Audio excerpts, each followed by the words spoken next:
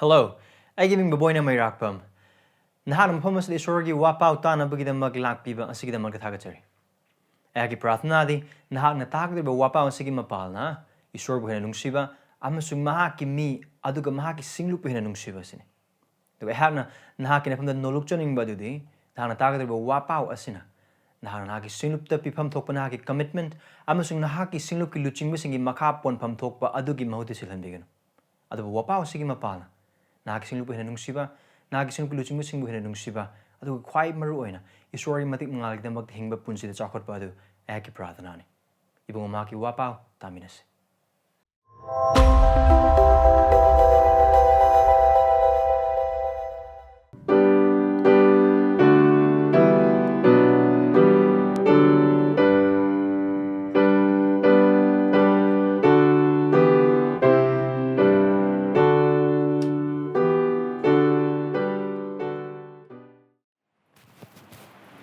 Luhonga sa Bible Singh adu Mark nuptara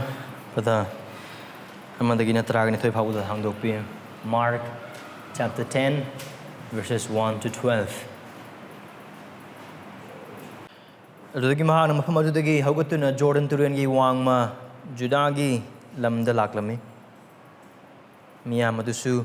pulapuna mahaki nakta laklami. Aduga mahana mahausagumna makoibu amuk tambiki. Adudagi first Singh na laktuna mahaku chang yingduna mangon hangki. Mi mana mahaki nupi khaangheibaga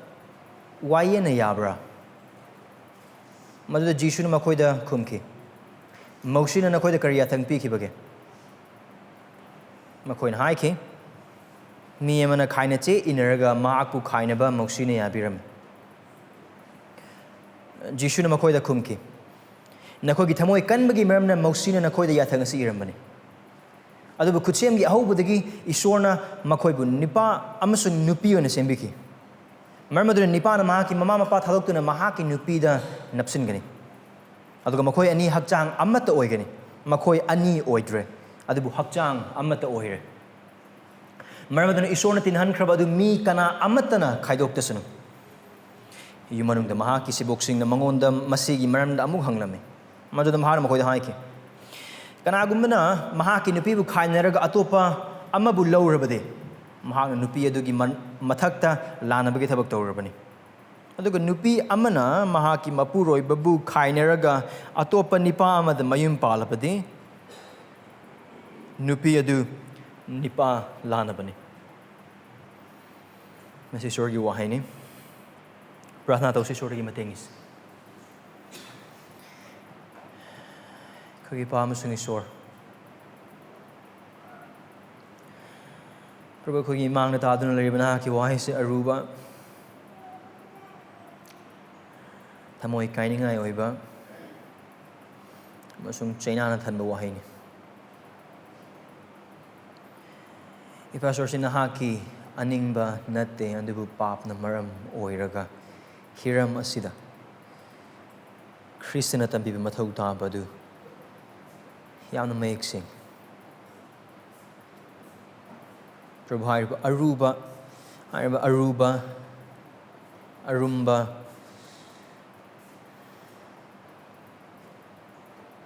Hiramasi bungunaki wahay ki mapana ay ko'y chumna masung Singh tambi. Aduga Harib Hiram asida nahaki wahay na nahaki sebok amamam oina ikoy buhay hening ba adu mayik Singh na ko'y tambi. Aduga nahak na tambi kraba kuding magsing adugi matungin na ikoy punsi hingzabada nahaki tungin ba mo oina. Ikoy ba nahaki wahay is nisamgat piya. Ikoy ba mateng pangbi. Taan na bigida magkanakong. Bhap taan na bigida magtawakal. Losan na bigida magtamoy. Nakakitaway siyang akan matabag subibagi mapaan na pinabi. Kaya mating pangbi. Hak mating pangbi. Yesus Kristus yung minizirgan. Amen.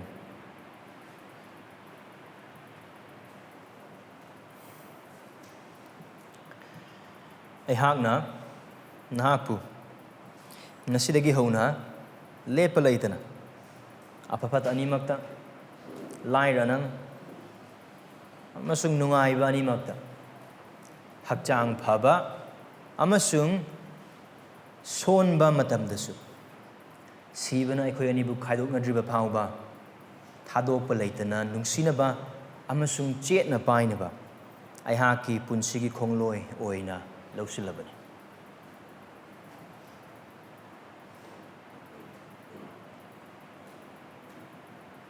hauji akhona tamina khriba wahai sing adu luhongba matamda luhongliba bor amasung kainyanina Isor amasung mahaki singlup amasung mahaki mising mangda waleppa loinana sakraba punsigi oiba walepnabagi wasak adu aduga haiba walepnabagi wasak adu aduga haiba walepnabagi wasak adu ukraba khudingmak sing adu isorna leisembadagi hauna semkraba luhongbagi mahaki aningba amasung oipham thokpadani aduga haiba thak asidagi hanthaba hiram khudingmak isordagi nate adubu taibang pandagi saitandagi amasung hakchangi sengdaba aningba singdagi thoklakpa papna thokhanba oipham thoktaba miyobagi chatnabi sing aduga Jisu Kristagi sebok oikraba amasung mahaki tung inba thajaba kana amatana Harib aran baca nabi asigi matung insui loy infam suthok te aduga matausu tamloi doba mane thada basili naw sing harib luhongbagi walepnaba aduda ukraba isorna luhonglaba matei manaw amagi damakta leiba pandam amasung thauong aduga purpose adu harib adu makne khona ngasigi numit khona pamina kraba jaga asidagi Esorgi wahai asidagi yengminadun taminagadoribas akhona paminakraba jaga asi nongmaising ani thong Esorni abiba oiba taragadi ngasi tangkhai ama aduga Esorni abiba oiba taragadi mathangi nongmaising de khoi tangkhai ama yengminagani adu kari kari oiba taragasu ngasigi numita akhona paminakraba jaga asi ai isama kidamakta oinasu wapau asi thorang tawba matamda yamna aruba aduga wakal khan matamda China na thanba jaga amane aduga haiba jaga aside wakal khan matamda aruba ama oi araiba ma karisu oide aduga Esorgi wahaina haiba aikoina oihaningdaba aduga aikoigi akoiba da oiraba sing aikoina uba sing lai thajaba sing maraktasu aduga thajaba daba sing maraktasu aduga hiram asida jaga asida Krista masama tumina leite Esorgi wahai tumina leite aduna aikoina mark ki jaga se mathang mathang nainak matamda ngasigi numit aikoina paminakraba jaga taragi pad amadagina taragna thoi phauba sida khainabagi hiramda wahang asigi matangda aikoina yengminagadoribani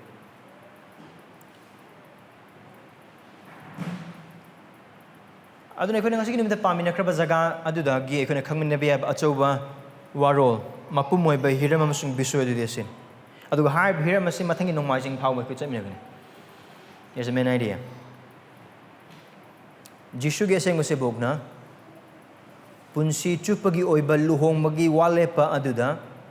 thajaba yaba oigani amasung madubu sengna thamnaba khaangheibaga loinana hotnagani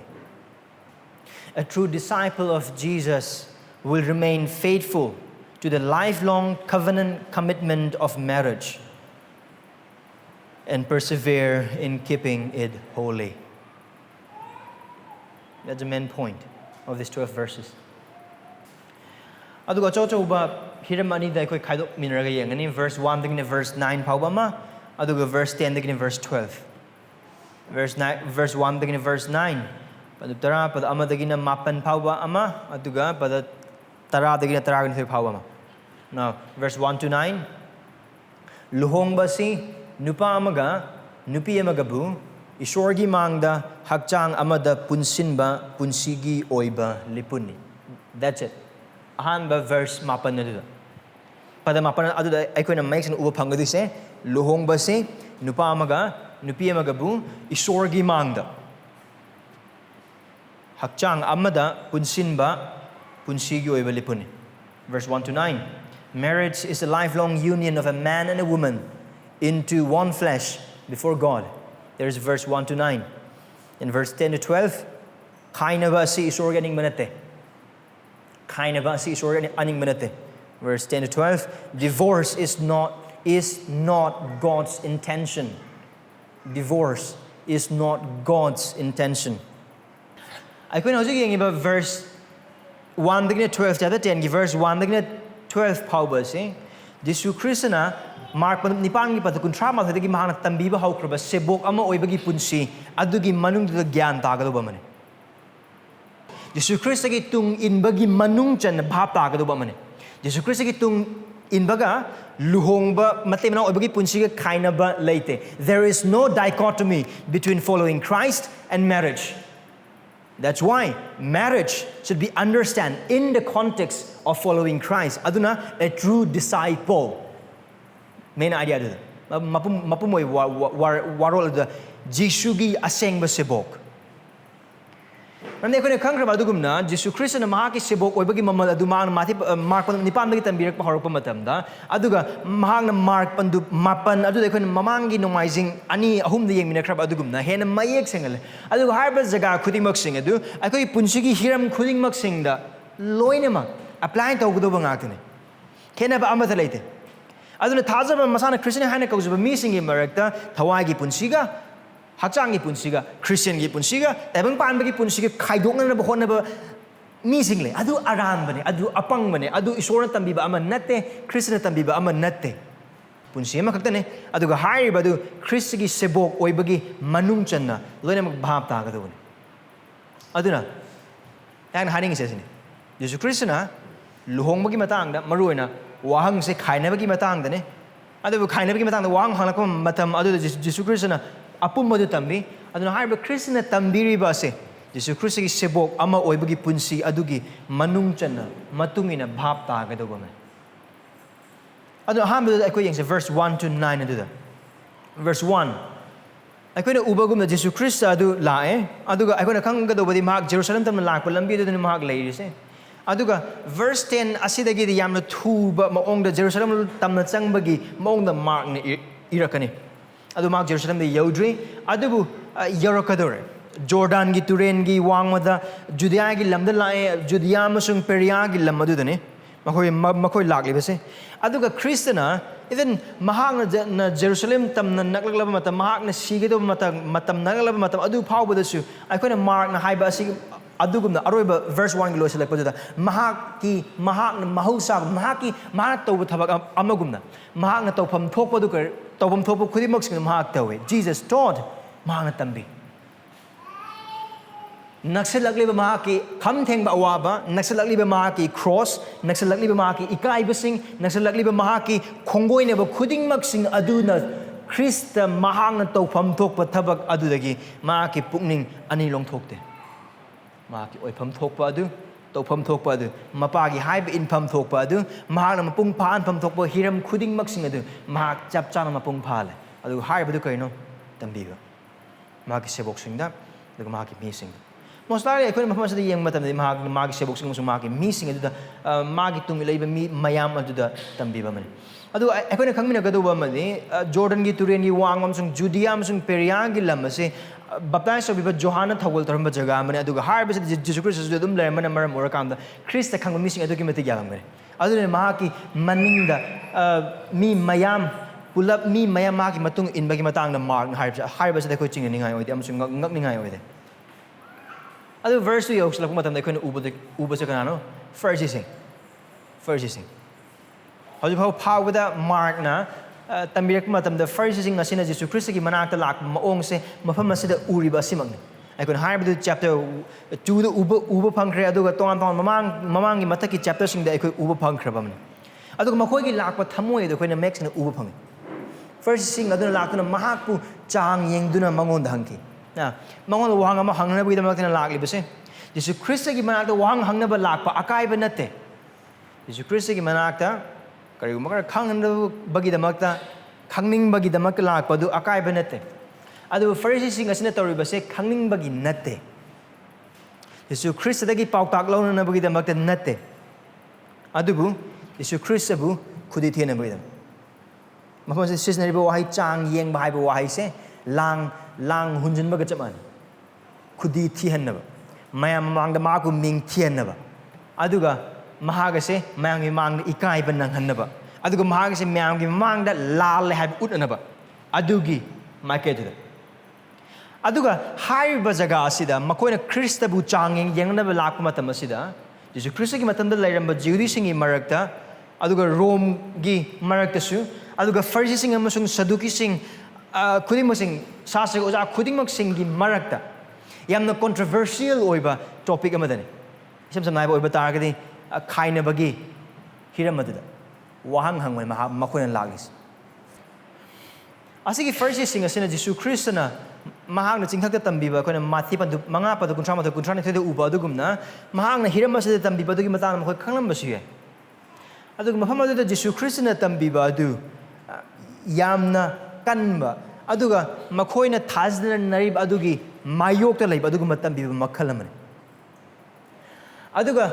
khainabagi wahang asigi matang da leiba wakhalon khudingmak sing ase anisubu wan lon pandu kun ga mari pad amandagi na mari phauba aduda uba phangba chatnabi amagi matung ina makhoigi wakhalon tongan ba khaibung taba sing adu Judi sing imarakta lei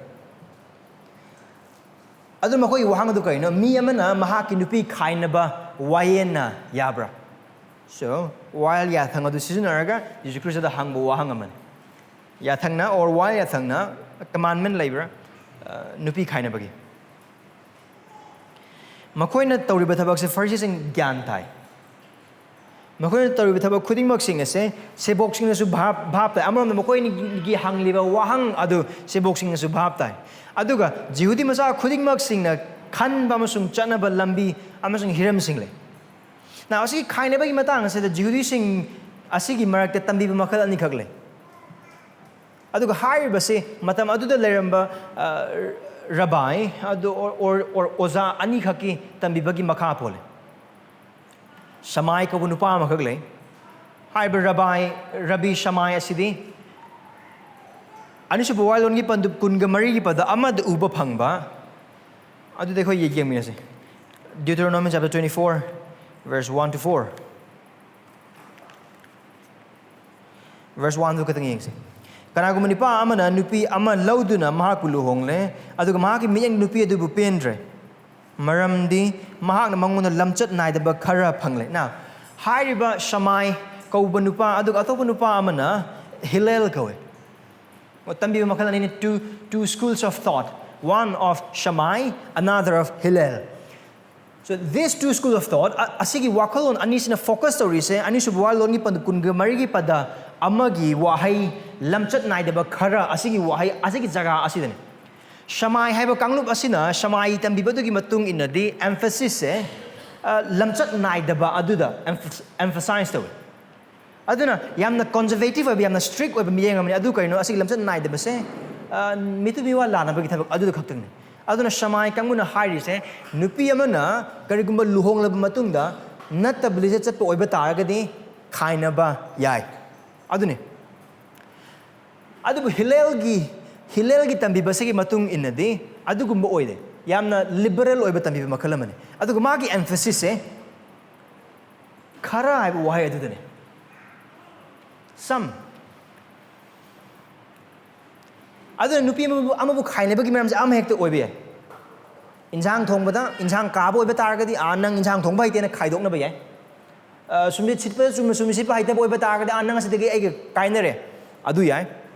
now Hillel gi tambi basi matung inandi yamna liberal oiba maongda khaina ba na aduga hairiba wakhalon ani magase Jesu Christ gi matamda leiba wakhalon achoba ani yamane liberal oiba ma aduga conservative oiba ma so Jesu Christ gi mamangda lang thakbagumna thammibado asigi wahang asini asigi wakhal ani segi matungina Karamana Jesu Christ the lang time. Now, haibu wahang asi hangma tam Jesu Christ pahuma man soida na pirakani. Aduga makoina khanba sa se karigumba Jesu Christ na Shamai gi matungina pahum pirak oiba targadi Jihudi gi mi ayam even Pharisee sing dagi horaga Hillelgi chutnabi aduda wang thangat pamising aduki matik yam yan popular oiba wakalon aduna khaibung dabam leire aduga karigum Jesus Christ na pire iba paukum adu Hillelgi chutnabi aduki matung ne pirakpo oiba taragadi nang karamaina asengma mini haina haigadu aduni moina haigadu so ani dugi marak amaga Jesus Christ na paukum pirakpo matamda makoi na kalise Jesus Christ lang thani aduga ningsingbra akoina naina bharuk matamda likely chapter 3 adu aduda haiba first sing asina Herod Antipas ka or Herod ki missing a pulaga Jesus Christ ha na wakal toki bada ningsingbra aduga John baptisa ko John ha kibu karigi damak no Herod Antipas ta magi nupi do khaidok naraga magi manau nupa ki nupi lawraga luhong matamda John baptisa ko Johan adu lalahan harbagi marnani aduga Jesus Christ na hojik leiba mafam sina harbe Herod Antipas adugi mafam adudani aduna karigumba Jesus Christ na shamagi londa adu haiba oiba targadi haiba mi sing asina khalise haiba Pharisee sing asina khalise oh adu Herod Antipas na taba oiragadi man thokpodum losin jagani Jesus Christ aikoi gi khut yaudus dum yare magi pakum du gi matungina so makoi gi wakhalon da Jesus Christ gi maike mak pu hana na ba mak pu losin na ba mak pu khudi thian na adu gi wakhalon adu gani adu maka chatu ni mang da haiba Pharisee sing asi wahang se muneng gi haiba wahang se luhongba yabra nate amu han luhong kaina kana luhongba yabra adu gi wahang du nate adu bu kaina ba yabra adu gi wahang du ne Mandi kari da makna haina haiba oiba targadi Jesus Christ gi matam maduda kaina matung da luhongba gi wakhalon ase Shamai gi tambibagi matung inasu Hillel gi tambibagi matung inasu yai aduna adu moi gi concern nate moi concern je kaina bi yamra yandabra adu khatani kaina bi yathang labor letabra adu khatani makone Christ bu khudi thena bona adu verse 3 yar ku matam dadi ako gi prabhu ne hena mix na khangi makoi wakhalon khangi adu mana verse 3 asidam hangna torok libase makoi gi wahang aduda wahang am hangsin bane aduga hairi badu yumpham yaw wahang am nate adu makhoina khallag halai hangai ba jaga aduda karamba jaga anisu wailon pandu kunga mari bad amdagi na mari adugi matung in badu magi wahang aduna verse 3 adu kare moduda jisu na makhoi khumki mausi na khoi kari athang pi khibage Jesus Christ na purei ba jaga se hairi ba first sing aduna khan ba jaga aduda now aikoina karigumba anisu wail longi jaga aduda mausina Israel macha sing aduda hairiba chatnabi se pibagi matang adu khangba oiba targi makoi kanan yaugudore kanan yaudringi mamang aduda Moab ki lamgi Moab ki tampak aduda Israel macha sing aduda makoina kanan da changab matung tawgodoba amasung laigedoba thabak khudimok sing adu matang tambiba jaga amane na aikoina bhap tagadoba amdi haiba jaga asidasu hairiba mi sing ase Israel macha sing ase pap dawe Esorgi haiba inde Esorgi manga kan Esorgi makta manga kan basing aduga haiba do Christian hena makha tarkani aduna Jesus Christian na makoi do ina hangzale pakhumpi de adabu hangzale Moses na kari hai verse 4 makoi na haiki aduga mona khumai pakhum jar lande mi mana khaina che iraga mahak pu khaina ba mousina yabiram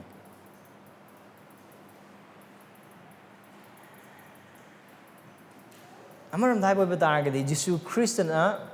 hangba matamda khumakkadoba paukhum adum angna makoina khumais adum muneng sing now sing verse 3 da Jesus Christ hangba wahang du yathangi matang dane mausina na khoida kari yathang pi hibage aduga verse 4 da makoina pireba paukhum sina yathang natte adubu yahan kiba hiramamagi matang aduna magna haito mausina khaina che inaraga mahakpu khaina ba yai Many Pharisees sing asina chap chana khang adu kain hai boy batargadi khaina bagi matang de Esorgi yathang da machet amate yaude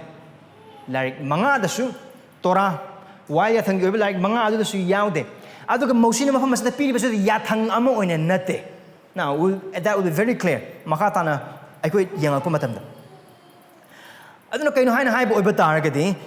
khainebagi matang de Esorna yathang amata pide ꯈꯥꯏꯅꯕ ꯌꯥꯕꯒꯤ ꯃꯇꯥꯡꯗ ꯃꯔꯝꯗꯤ ꯍꯥꯏꯔꯤꯕꯗꯨ ꯏꯁꯣꯔꯅ ꯂꯨꯍꯣꯡꯕꯒꯤꯗꯃꯛꯇ ꯊꯧꯔꯥꯡ ꯇꯧꯈ꯭ꯔꯕ design ꯑꯃ ꯅꯠꯇꯦ ꯑꯗꯨꯒ ꯍꯥꯏꯕꯗꯤ ꯌꯥꯝꯅ ꯃꯌꯦꯛ ꯁꯦꯡꯅ ꯑꯩꯈꯣꯏꯅ ꯃꯈꯥꯗ ꯌꯦꯡꯉꯛꯄ ꯃꯇꯝꯁꯤꯗ ꯑꯩꯈꯣꯏ ꯚꯥꯞ ꯇꯥꯃꯤꯟꯅꯒꯅꯤ ꯑꯗꯨꯕꯨ ꯚꯔꯁ 5 ꯑꯁꯤꯗ ꯃꯈꯣꯏꯅ ꯄꯤꯔꯛꯈ꯭ꯔꯕ ꯄꯥꯎꯈꯨꯝ ꯑꯗꯨꯒꯤ ꯃꯇꯨꯡ ꯏꯟꯅ ꯚꯔꯁ 5 ꯑꯁꯤꯗ ꯖꯤꯁꯨ ꯈ꯭ꯔꯤꯁꯇꯒꯤ ꯄꯥꯎꯈꯨꯝꯗ ꯌꯦꯡꯉꯨ ꯋꯥꯈꯜ ꯈꯜꯂꯒ ꯌꯦꯡꯁꯤ ꯖꯤꯁꯨ ꯈ꯭ꯔꯤꯁꯇ ꯑꯁꯦ ꯑꯅꯧꯕ ꯃꯧꯁꯤꯅꯤ Christ here is a new Moses leading his new Israel for new Exodus ꯑꯅꯧꯕ ꯊꯋꯥꯏꯒꯤ ꯑꯣꯏꯕ ꯈꯣꯡꯁꯥꯟꯕ ꯑꯗꯨꯗ ꯆꯤꯡꯅꯅꯕꯒꯤꯗꯃꯛꯇ ꯏꯁꯣꯔꯅ ꯊꯥꯔꯛꯈ꯭ꯔꯕ ꯏꯁꯣꯔꯒꯤ ꯑꯃꯠꯇ ꯉꯥꯏꯕ ꯃꯆꯥꯅꯨꯄꯥ ꯑꯅꯧꯕ ꯃꯧꯁꯤ ꯑꯗꯨꯅꯤ ꯑꯗꯨꯒ ꯍꯥꯏꯔꯤꯕ ꯑꯅꯧꯕ ꯃꯧꯁꯤ ꯑꯁꯤꯅ ꯃꯤꯁꯤꯡ ꯑꯗꯨꯒꯤ ꯃꯐꯝꯗ ꯌꯥꯊꯪ ꯑꯗꯨ ꯀꯔꯝꯕ ꯌꯥꯊꯪ ꯏꯁꯣꯔꯅ ꯇꯥꯏꯕꯪꯄꯥꯜ ꯍꯧꯗ꯭ꯔꯤꯉꯩꯗꯒꯤ ꯊꯧꯔꯥꯡ ꯇꯧꯔꯛꯈ꯭ꯔꯕ ꯂꯨꯍꯣꯡꯕꯒꯤꯗꯃꯛꯇ ꯃꯍꯥꯛꯅ ꯊꯧꯔꯥꯡ ꯇꯧꯔꯛꯈ꯭ꯔꯕ ꯐꯤꯕꯝ ꯑꯃꯁꯨꯡ ꯃꯑꯣꯡ ꯑꯗꯨꯒꯤ ꯃꯇꯨꯡ ꯏꯟꯕ ꯇꯝꯕꯤꯕ ꯑꯗꯨꯅꯤ ꯑꯃꯔꯣꯝꯗ ꯍꯥꯏꯕ ꯑꯣꯏꯕ ꯇꯥꯔꯒꯗꯤ ꯖꯤꯁꯨ ꯈ꯭ꯔꯤꯁꯇꯅ ꯃꯐꯝ ꯑꯁꯤꯗ ꯍꯥꯏꯔꯤꯕ ꯐꯔꯤꯁꯤꯁꯤꯡ ꯑꯁꯤꯗ ꯄꯤꯔꯛꯂꯤꯕ ꯄꯥꯎꯈꯨꯝ ꯑꯁꯦ ꯃꯈꯣꯏꯅ ꯃꯧꯁꯤꯅ ꯀꯔꯤꯒꯨꯝꯕ ꯃꯇꯝ ꯈꯔ ꯑꯃꯒꯤꯗꯃꯛꯇ ꯆꯠꯅꯅꯕ ꯄꯤꯈꯤꯕ ꯄꯣꯠ ꯑꯗꯨ ꯌꯥꯊꯪ ꯑꯃꯒꯨꯝꯅ ꯁꯤꯖꯤꯟꯅꯔꯒ ꯃꯈꯣꯏꯒꯤ ꯄꯥꯞ ꯀꯔꯝꯕ ꯄꯥꯞ ꯃꯤꯇꯨ ꯃꯤꯋꯥ ꯂꯥꯟꯅꯕꯒꯤ ꯑꯗꯨꯒ ꯃꯈꯣꯏꯒꯤ ꯁꯦꯡꯗꯕ ꯈꯨꯗꯤꯡꯃꯛꯁꯤꯡ ꯑꯗꯨ ꯑꯁꯦꯡꯕ ꯑꯣꯟꯊꯣꯛꯅꯕꯒꯤ ꯑꯃꯣꯠꯄ ꯑꯗꯨ ꯑꯐꯕ ꯑꯃꯒꯨꯝꯅ ꯃꯌꯥꯝꯗ ꯑꯣꯟꯅꯅꯕꯒꯤ ꯑꯗꯨꯒꯤꯗꯃꯛꯇ ꯁꯤꯖꯤꯟꯅꯕ ꯂꯥꯟꯅ ꯁꯤꯖꯤꯟꯅꯕ ꯆꯠꯅꯕꯤ ꯑꯗꯨꯒꯤ ꯃꯇꯥꯡꯗ ꯏꯁꯣꯔꯅ ꯍꯦꯟꯅ ꯃꯌꯦꯛ ꯁꯦꯡꯅ ꯃꯈꯣꯏꯒꯤ ꯄꯥꯞ ꯑꯗꯨ ꯄꯨꯊꯣꯔꯛꯀꯅꯤ ꯃꯐꯝ ꯑꯁꯤꯗ ꯖꯤꯁꯨ ꯈ꯭ꯔꯤꯁꯇꯅ ꯚꯔꯁ 5 ꯑꯁꯤꯗ ꯄꯤꯔꯤꯕ ꯄꯥꯎꯈꯨꯝ ꯑꯁꯤꯒꯤ ꯃꯇꯨꯡ ꯏꯟꯅ ꯃꯍꯥꯛꯅ ꯄꯨꯊꯣꯔꯛꯂꯤꯕꯁꯦ ꯃꯤꯑꯣꯏꯕꯒꯤ ꯊꯃꯣꯏꯒꯤ ꯑꯃꯣꯠꯄ ꯑꯗꯨꯒ ꯏꯚꯟ ꯐꯔꯤꯁꯤꯁꯤꯡ ꯑꯁꯤꯒꯤ ꯑꯃꯁꯨꯡ ꯃꯇꯝ ꯑꯗꯨꯗ ꯂꯩꯔꯝꯕ ꯃꯤꯁꯤꯡꯅ ꯃꯈꯣꯏꯅ ꯏꯁꯣꯔꯅ ꯌꯥꯗꯕ ꯊꯕꯛ ꯑꯗꯨꯕꯨ ꯌꯥꯕ ꯑꯃꯒꯨꯝꯅ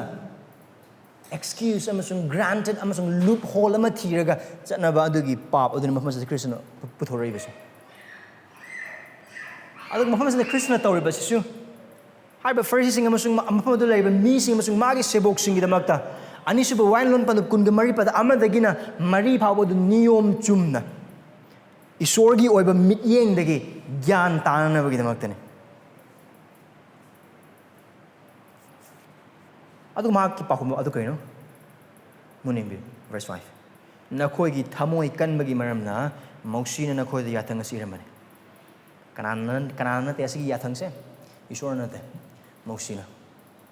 ꯀꯔꯤꯒꯤꯗꯃꯛꯇꯅ ꯃꯧꯁꯤꯅ ꯑꯁꯤꯒꯤ ꯆꯠꯅꯕꯤꯁꯦ ꯊꯝꯃꯝꯃꯤꯁꯦ ꯏꯖꯔꯦꯜ ꯃꯆꯥꯁꯤꯡꯒꯤꯗꯃꯛꯇ ꯖꯤꯁꯨ ꯈ꯭ꯔꯤꯁꯇꯅ ꯃꯐꯝ ꯑꯁꯤꯗ ꯀꯔꯤ ꯄꯥꯎꯈꯨꯝ ꯄꯤ ꯅꯈꯣꯏꯒꯤ ꯊꯃꯣꯏ ꯀꯟꯕꯒꯤ ꯃꯔꯝꯅ ꯃꯔꯝꯗꯤ ꯃꯐꯝ ꯑꯁꯤꯗ ꯁꯤꯖꯤꯟꯅꯔꯤꯕ ꯊꯃꯣꯏ ꯀꯟꯕ ꯍꯥꯏꯕ ꯋꯥꯍꯩꯁꯦ ꯉꯛ ꯀꯟꯕ ꯍꯥꯏꯕ ꯋꯥꯍꯩꯗꯨꯒ ꯆꯞ ꯃꯥꯟꯅꯩ ꯏꯖꯔꯦꯜ ꯃꯆꯥꯁꯤꯡ ꯑꯁꯤꯅ ꯃꯧꯁꯤꯅ ꯑꯅꯤꯁꯨꯕ ꯋꯥꯏꯟꯂꯣꯟ ꯑꯁꯤꯒꯤ ꯌꯥꯊꯪꯁꯤ ꯄꯤꯕ ꯃꯇꯝꯗ ꯃꯈꯣꯏ ꯏꯁꯣꯔꯒꯤ ꯑꯣꯏꯕ ꯌꯥꯊꯪꯗ ꯑꯗꯨꯒ ꯏꯁꯣꯔꯗ ꯃꯉꯛ ꯀꯟꯕ ꯃꯤꯁꯤꯡꯅꯤ ꯑꯃꯔꯣꯝꯗ ꯍꯥꯏꯕ ꯑꯣꯏꯕ ꯇꯥꯔꯒꯗꯤ ꯑꯅꯧꯕ ꯐꯨꯔꯨꯞ ꯑꯃꯅꯤ ꯑꯍꯥꯟꯕ ꯏꯖꯤꯞꯇꯒꯤ ꯊꯣꯛꯂꯛꯈ꯭ꯔꯕ ꯀꯥꯡꯕꯨꯁꯤꯡ ꯑꯗꯨ ꯖꯣꯁꯨꯋꯥꯒ ꯀꯦꯂꯦꯕ ꯅꯠꯇꯅ ꯌꯥꯎꯗꯦ ꯑꯗꯨꯅ ꯂꯥꯏ ꯃꯨꯔꯇꯤ ꯂꯥꯠꯄꯒꯤ ꯑꯃꯁꯨꯡ ꯑꯣꯛꯇꯕ ꯊꯕꯛ ꯇꯧꯕꯒꯤ ꯊꯕꯛ ꯑꯗꯨ ꯂꯣꯏꯅꯃꯛ ꯂꯩ ꯍꯟꯖꯤꯟ ꯍꯟꯖꯤꯟ ꯏꯁꯣꯔꯒꯤ ꯋꯥꯍꯩꯒꯤ ꯃꯇꯨꯡ ꯏꯟꯅ ꯄꯨꯛꯅꯤꯡ ꯍꯣꯡꯅꯕꯒꯤꯗꯃꯛꯇ ꯍꯥꯏ ꯃꯊꯧ ꯇꯥꯗꯦ ꯋꯥꯈꯜ ꯇꯥꯗꯦ ꯃꯉꯛ ꯀꯟꯕꯒꯤ ꯄꯨꯟꯁꯤ ꯑꯗꯨ ꯍꯤꯡꯉꯤ ꯏꯁꯣꯔꯅ ꯇꯧꯒꯅꯨ ꯍꯥꯏꯕ ꯊꯕꯛ ꯈꯨꯗꯤꯡꯃꯛꯁꯤꯡ ꯑꯗꯨꯗ tauwe aduga isona chakun habi adum challe isona lai moti la kanu la le atopa mi sing lana bagi thabak tawgunu atopa nupi sing lana bagi thabak tawgunu lana bagi thabak adum tawe mangat yamna kan ba mi sing aduna makoi migmang makoi ne phai phayana khan ba du khaktang tawba mi sing aduga makoi mitta isor bu ki bu su leite aduga ma ki yathangi arum ba du makoi thamoi da kariya mat leite Israel maza sing aduna Esorgi yathang mathau tade Esorna haiba kaisu inde aduga Esorgi yathang adu kaisu mathau tade makoi ngang chumba sing du khatang tawe chumthona bagi demak ta hai pungning hongo hai na hai kaisu mathau tade ngai ha ki di hongba malam gani mathau karisu tade adudagi di laikraba mapuroi ba sing makoi nupi nungsina ba hai adusu yam lum lopugum na khale laude nupi sing nupa sing nupi da aduga laikraba Esorna launa ganu amasung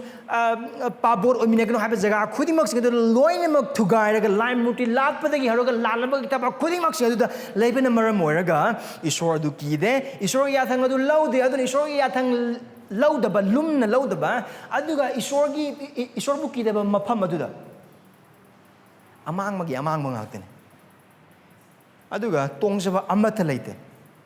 aduga mathang manau naiba amata leiroi Esorna pibi kraba apaba khudol amasung apaba thaba khudingmak sing apaba bor khudingmak sing adusu amot poloi makdum oi Maramdi pap na adum tawbase Esorgi afaba khudol khudingmaksing adu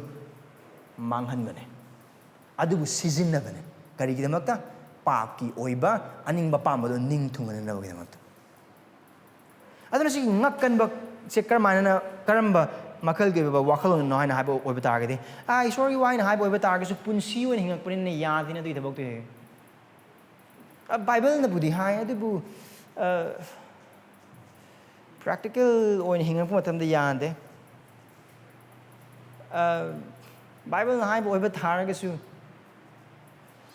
chanab laktabda kaidawni Bible na haibo oiba targasu matam leselaktabda kamai dawni Bible na haibo oiba targasu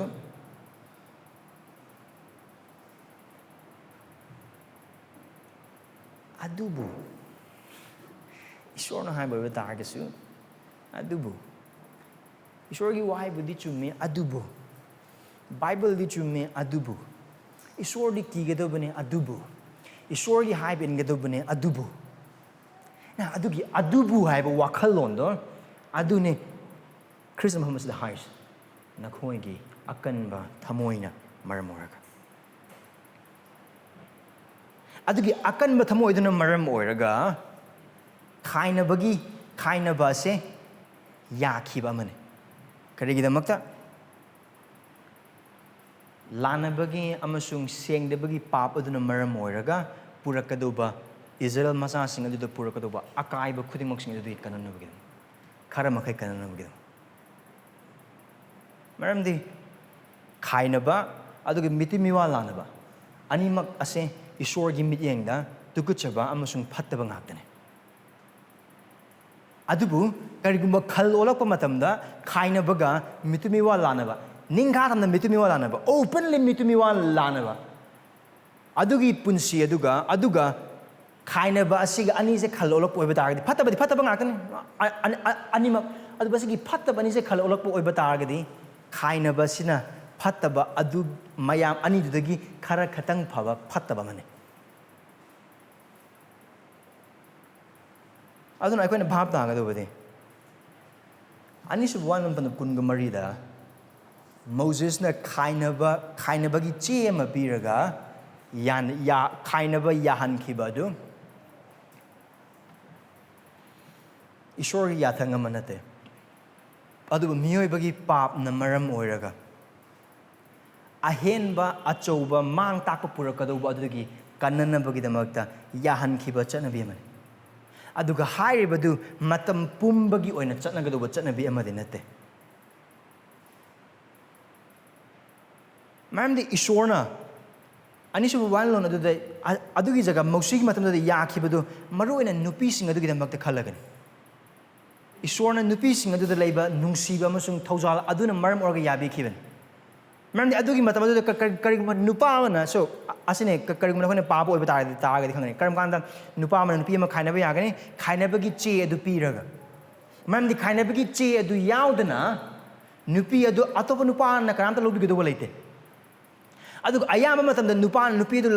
langthoma matamda saidang bam leite nupi dugi Chang thang thaknaba leiroi senda lambi leiroi samajna loinamak inthuraga thamgani aduna magi future security aduki matik nungsininga oiba maong adu khudong thininga oiba maong dana leirise a complete devastation maru and nupi sing aduna high adugu amotpa amakpa khudingmak sing adudagi nupi sing adubu kanbina bagi damakta Esorna khaina chi ama piraga khaina badu yahan kiben aduga nupi aduna atoba nupa maim panba su yaine maramdi nupa amatana khaina che yaudaba nupi amata loroi maramdi karigumba khaina che yaudaba bi nupi amana nupa amase loroi hana khalase aduga magi macha sing adu polakpa matamda karigumba khaina che pigidaba oiba targi harba nupi gi macha sing adu magi ahanba nupa aduna magi macha hana am lowkhibe aduga adu nupa kana amatana pamde imung kana amatana pamde maramdi ariba matam mausi hogi matamda macha sing se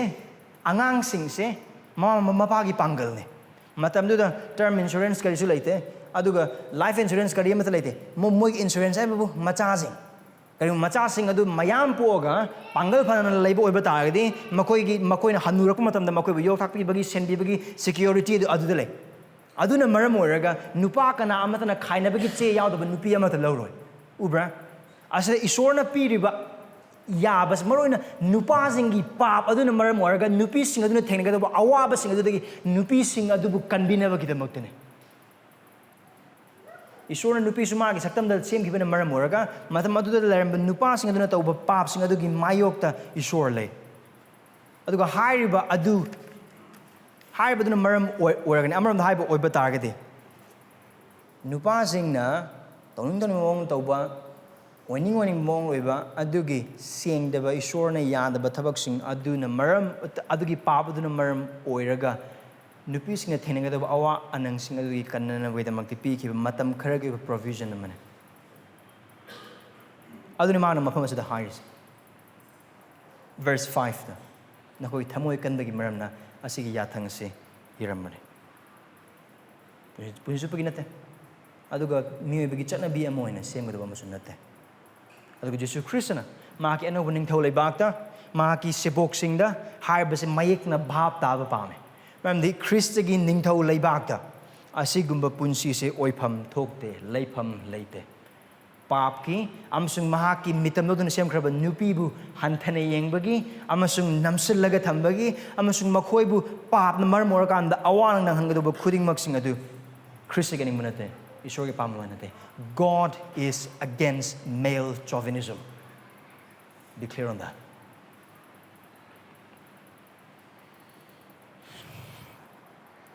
Adu Jesus Christ in verse 6 taking 8 power sid mana tawdu se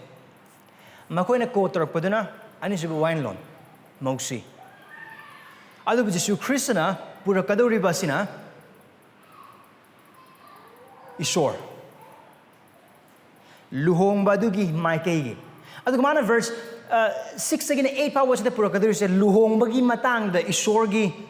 thaurang adune or isorgi purpose adune now karigidamok Jesus Christ na luhongbagi matang wari sanagadu se Mam di kaina bagi matang da bhap tang na bagi makta. Aduga kaina bagi da makta Esorgi aning ba du kaina bagi matang le Esorgi aning ba du chumna kang na bagi da makta. Luhongbagi matang da Esorgi aning ba du mayek na kang ba mathau thai. Why would Jesus brought up this idea of marriage? Because the question is about divorce. The reason is because if you want to understand divorce from the biblical point of view, we have to understand marriage from a biblical point of view. If you want to see divorce from God's eye view, we have to know and understand marriage from the very purpose and original intent from God's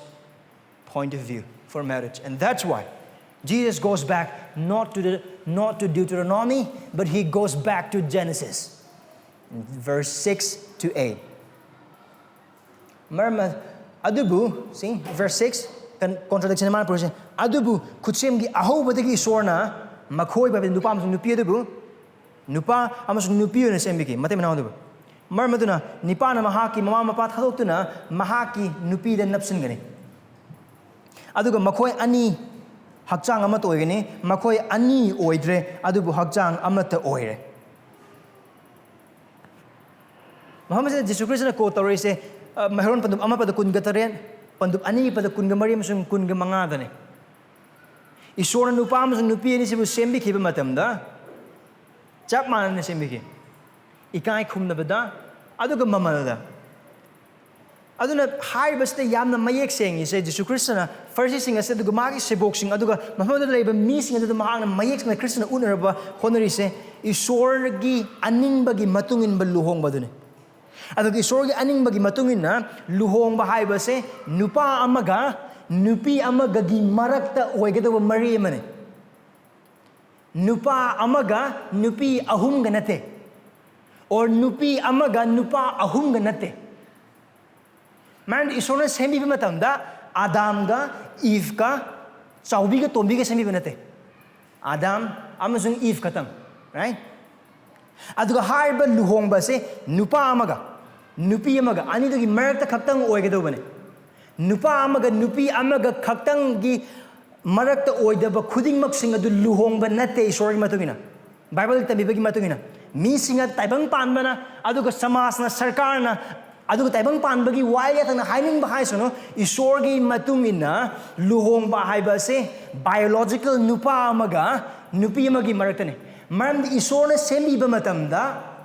Adam ga ibungo ga sembi gi banate or Eve ga ibe amaga sembi gi banate. Esorna sembi gi badu Adam ga Eve ga ne. Hai badu Esorgi tharang. Aduga Esorna makoi same matamda kariguma chapter 1 Genesis chapter 1 verse 27 papa oiba targeti Esorna makoi bumaki mitam lauraga sembi gi bane. Mahak maki sa ong lauraga nupa khaktung bumaki sa ong lauraga na sembi gi banate adubu nupi adubusu. Amarom hai oiba targeti nupa adu lephun dagi sem gi bane adubu nupi di matik mal onthok level lephun dagi ni Esorna nupi amuk hana lephun dagi sem de adubu nupa gi oi thangbu humdang dagi lautholaga sem. He created in equal worth yet distinct in role.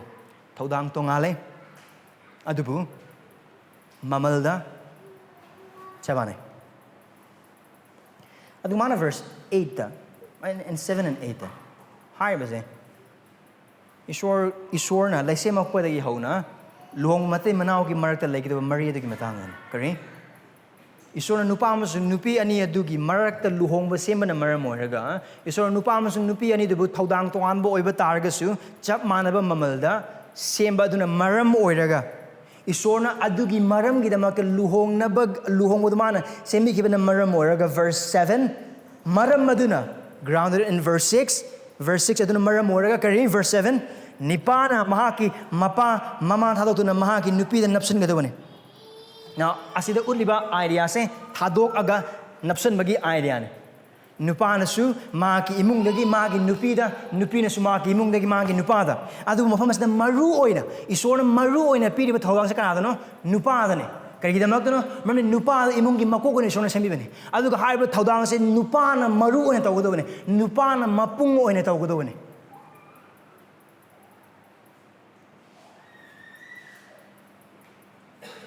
Aduga mafam asida sizinariba napsan ba haiba wai se yod ani saujanabagi picture dune.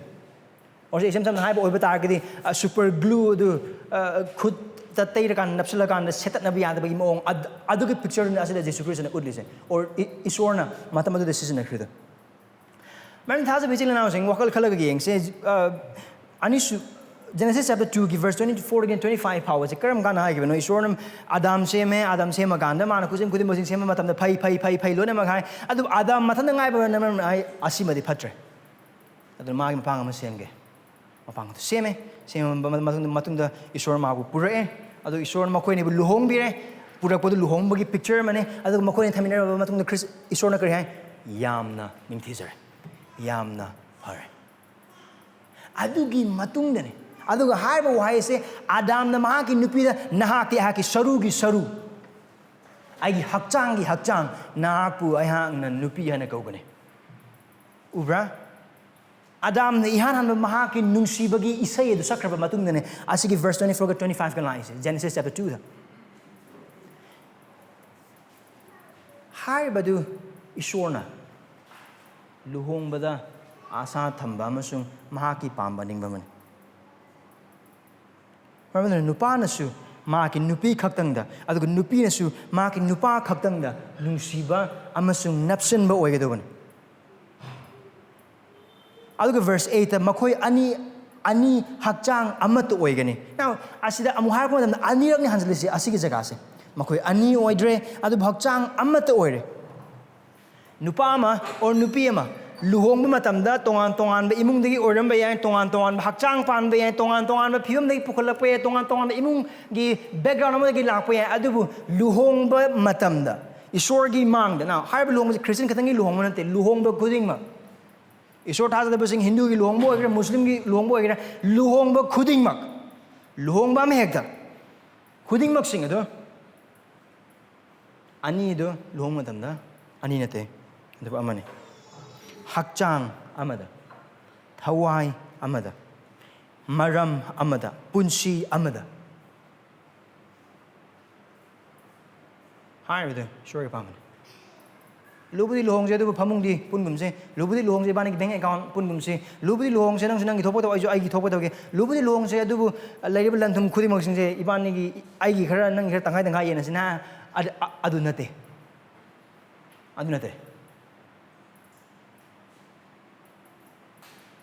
maram di Ishwarna thorang tawkraba maki luhongbagi damak maki leba aningba adu afamas ukraba dugumna matam khara khakki nate siri phawgini thawai hakchang khain ri phaw till death departs.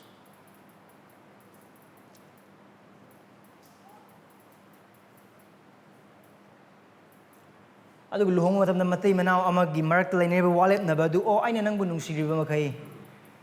nate ay na nungay rigay nate ay na pamingay nate nang na ibulu na tawringay nang na igida magda kanbiringay nang na ingonda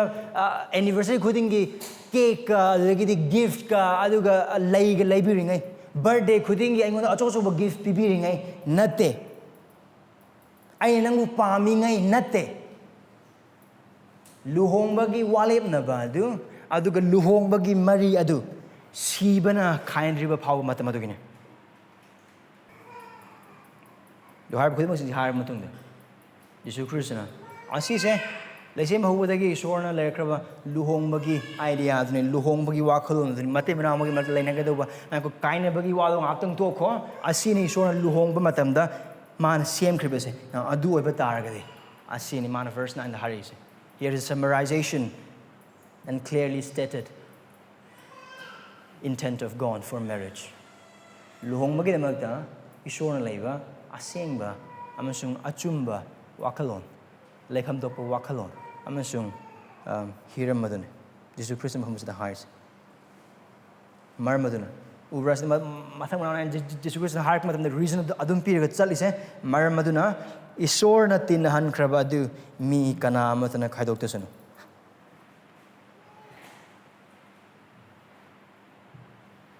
karigumba luhongba se lamlan bi amaga lamlan ba amaga unabadagi una khara kelakpadagi music khara maningda khongakpadagi aldagi pukta paigiba kano kari kura khara duna maram oiraka khara nungsinabadagi aina nangbu nungsi aina su nangbu nungsi haina hairaga oibana maram oiraka luhongba ji adugi maram oine hana khan boiba taragadi look at what this verse says kanana no taisanari se aina nate ay nupi na sinate lamnam diani gan nungsinaba aduna maru oine sinate Ishwarna ne marmaduna Ishwarna taisina kraba adu mi kana amatana khaidok tesuna kari damak no Jisu Christ na mato sigun haise mam di luhongba haiba se or luhongbagi mari ase Ishwarna hawdokpane Adam amasung Eve pu iden ging kol luhongbi khibadu Adam amasung Eve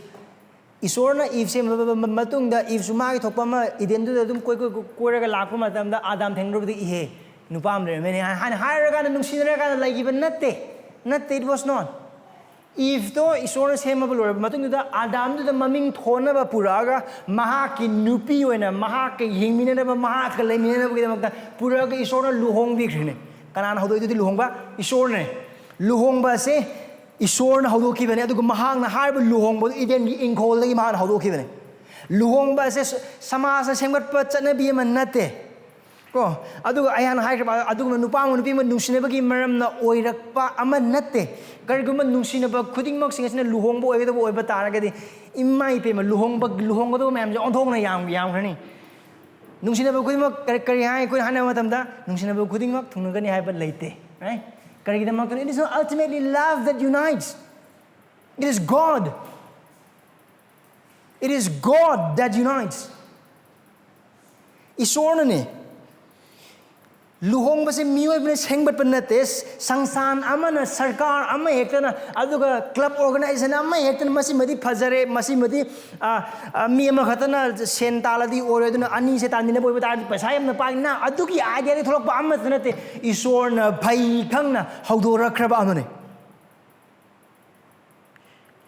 aduna luhongbagi mapu adu taibang pal nate chanabi nate sarkar nate sangsan nate miyoi bnate adu ai khoi isa isa su nate adu isor khaktang luhongbagi mapu ne aduga karamaina luhongani luhongbagi punsi karamaina hingani aduga asengba luhongba karino haina mayek sengna takadobadu isor khaktani mina nate adubu isorna nupa amasung nupi ani adubu amatada taisinabi badu thamogi ihul nate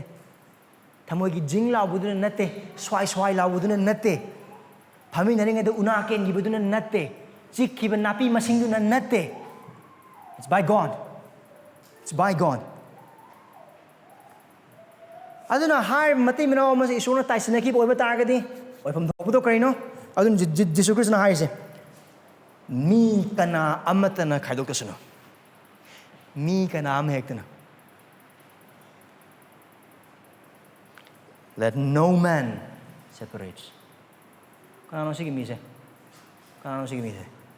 mi kana amatana hai boiba targadi mi kana amatana amma bhauna su nate kana asigi mi sing ihan hamadi yum bali mate mana ni maktene angang leitre duna kaina rase nangai pandre kaina rase ibani chanaraktre kaina rase ai ibani leminara kana sumai oine ai kesu khalud adu ghakna phallamo hai ai kesu khangde aduna kaina rase natte nupa aduda haksu leite nupi aduda haksu leite mi kana amata kana oigani se hoi mate mina do khutna te kana imung samas sarkar adu even angang sing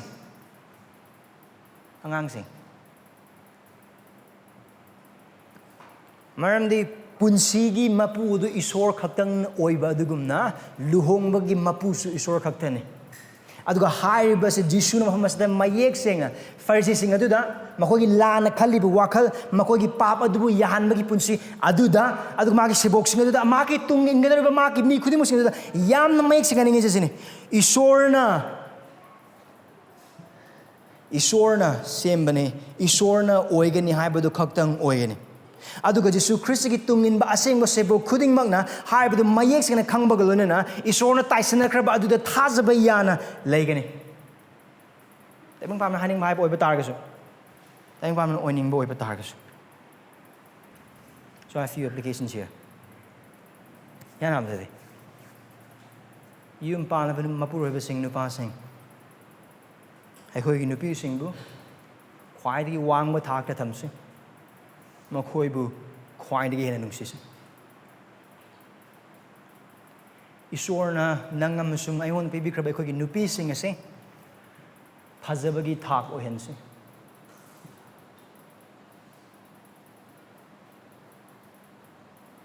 movie gi celebrity amatanatana lambi thengnaba matamda phajai hana khamba nupi aduna phajabagi thak ohen gumse nangamusung aingon da isorna pine bikraba nupi sing ase phajabagi thak ningthi sabagi thak nungsabagi thak adois yum palaba nupi sing chambidona ko napuroi basing adubu haninga leitan nungsibi makoi da nolupal makogi makha pon basing oibi mamdi leikraba mari adu leikraba mate mana oibagi mari ase isorgini isorna semla khrabane aduna isorna nang amasung ai mate manaugi oiba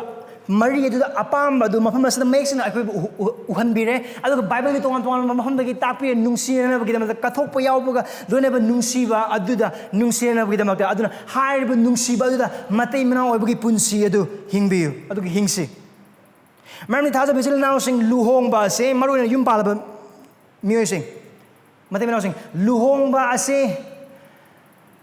nupi gi apamba thungnaba nupa gi apamba nupa na so ai gi apamba thungnaba nupi ni so ai gi aningba thungnaba natte maru oina adubu nupa amasung nupi ani adugi punsi adugi mapalna isorgi aningba adugi matungin hengminaba gi mapalna luhongba gi mapu oireba isor adubu matik nga chahonna bagi damaktene aduga luhongba se nangi hak aigi hak phangnaba gi maru oina mata natte adubu kathoknabagi mari adugi mapana Kristabu wang thanganabagidamaktani maramdi luhongba ase isorna nupa adugidamagda semkibasu nate nupigidamakta maruna semkibasu nate luhongba se isorna mahakidamakta semkibani mahaki mati mahagidamakta eduna luhongba nupa sing amasung nupi sing nakoi luhonge haina haiba oiba targasu nakoi tha thagi oiba budget tan nupagi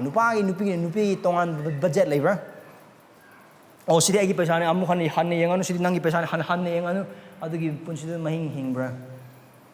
adu ranbane ongdo impal ban passing nakoi dei sorna pene bikraba nakoi na cha sing adu dagi hena nakoi gi nupi dagi nakoi gi na cha sing adu hena nungsiba na ki nungsiba khudimak sing adu na ki nupi dagi angang sing adu loina ma khaithabra chapa man nupi sing na ki nungsiba du na ki nupa dagi nangi na cha sing hena nungsibra adu Esorgi aning manate ongdo nupa na khwai gi nungsibadu gadobadu ma ki nupi na khwai gi nungsibadu ma ki nupa khakne even angang phau nate now si hai na angang nungsura hai na hai nungsi gani loina gani tamdi gen tapi aduna even how's the I ijasing the hai business hey I know you see my first love is your mother and you guys are my second love I know ijasing that ai yana nungsibja no gi mama ne andu no sina ai ani subu nungsiba ahum subu nungsiba leite ai mafamda nakoi ani mag ai gi ani subu nungsiba ngata mang adu mo Esorgi pamani yum pan kraba matungda amana magi matak thajaba yaba mahingdu de hingbra nupi sing nagi nupagi punsi gi phibam hakchang gi phibam senda lambi khudimas loina mak tonga lambe ya aduna maram morakanda karing ban hang mangun leba nungsiba amasung ikai khumna ba adu hanthaba oiba taragade adu Esorgi ning manate adu papne nupa sing luhonga matungda na ki nupi sing na han ohining mong do orakta ba yai sakti silak pa yai unsa khujilakani leisaringai do oikiba ningthi jaba masak adu orakta ba yai naha na leiba naha ki nupi ki nungsiba ma ki mapan thangge ba phajaba amasung mahang na ngon tawba ngamba adu da leiba oiba tarage adu papne kariguma naha ki nupi dagi hena film gi heroine oijanu or Facebook da thengna ba profile am ekto as asimi phajai hena khalaga nangi nupi du gi nupi du gi masaga masak ka changdam na hingbo ba target ha na tar lana bagi punsi ne adu na tawra adu pap ne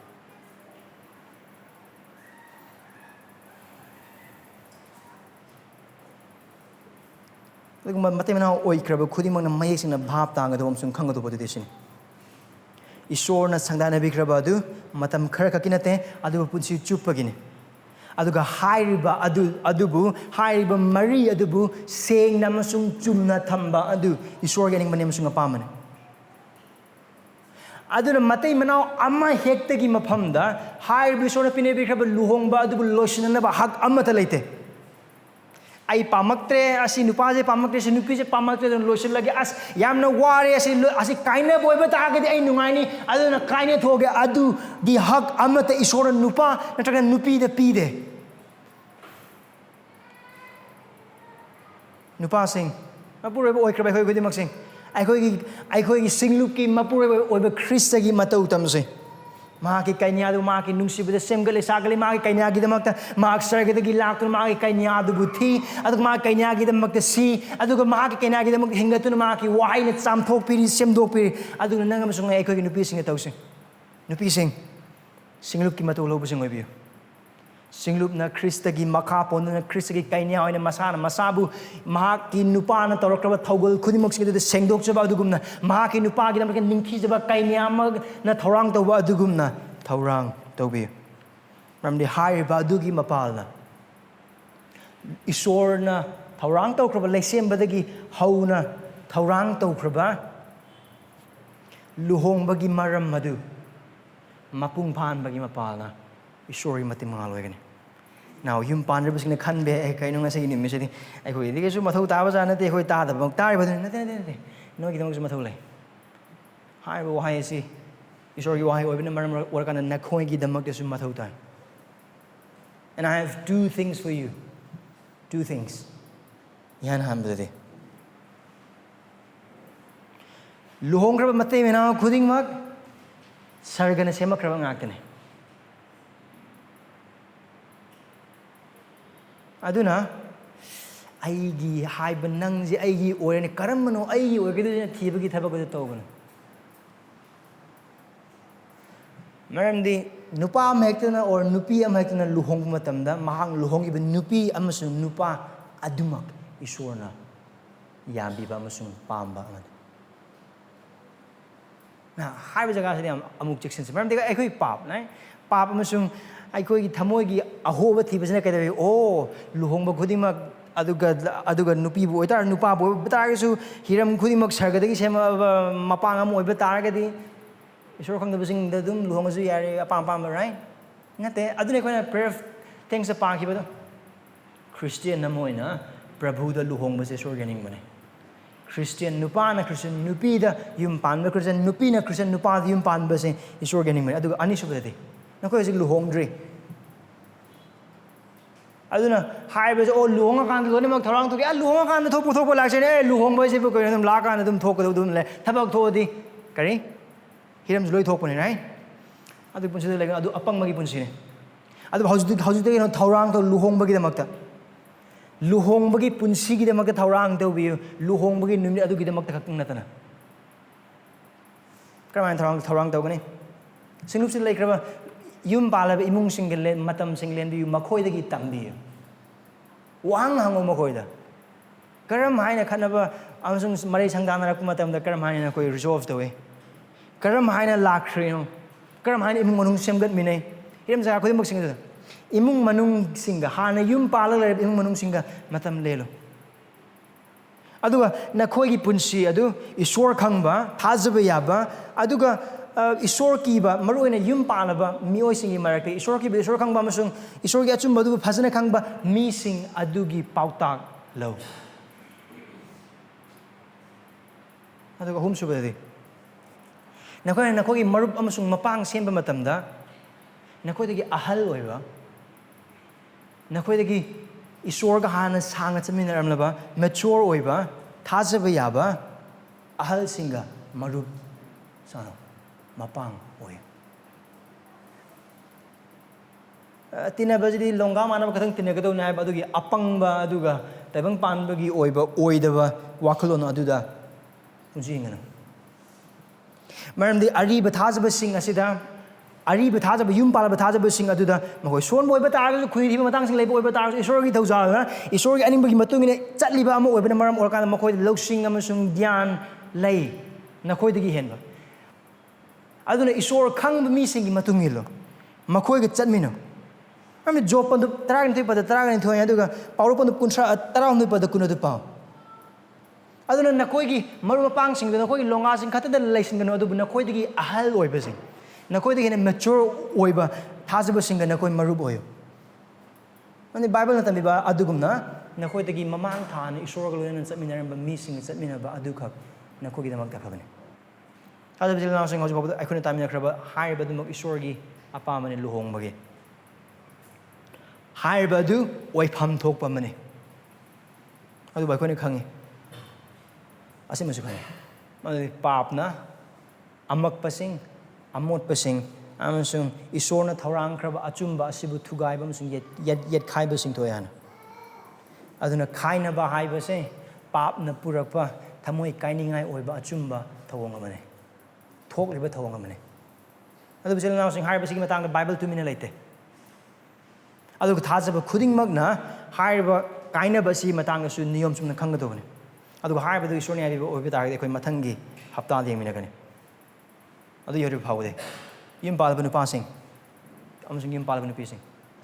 Esorna pine bikrab luhongbagi mari adu thajaba yana hingse amaga nungsina se ka thokpa gadana adu luhongdriba sing naha sing luhongbagi damakta huskai hono thorang to